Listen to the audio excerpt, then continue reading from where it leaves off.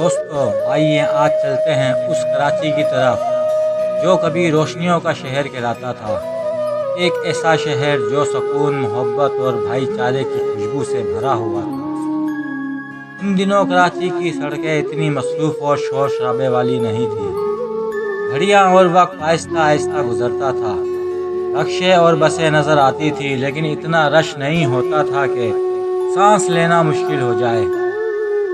صدر، طارق روڈ اور empress market میں چہل قدمی کرتے لوگ، چھوٹی چھوٹی دکانوں کی رونق اور کھانے پینے کی خوشبو ہر طرف پھیلی رہتی تھی۔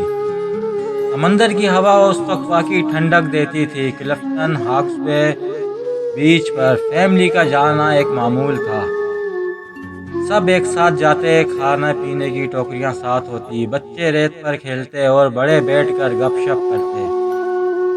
وہ لمحے آج بھی دل کو خوش کر دیتے ہیں۔ کراچی کے سینما گھروں کی اپنی ایک الگ دنیا تھی۔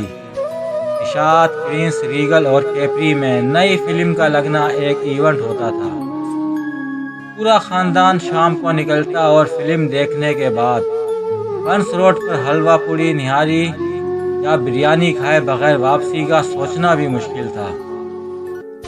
ان دنوں محلے کی رونق بھی الگ تھی، ہر گھر کا دروازہ کھلا ہوتا، بچے گلیوں میں کرکٹ کھیلتے اور شام ہوتے ہی اذان کی آواز پر سب اپنے اپنے گھروں کو لوٹ جاتے۔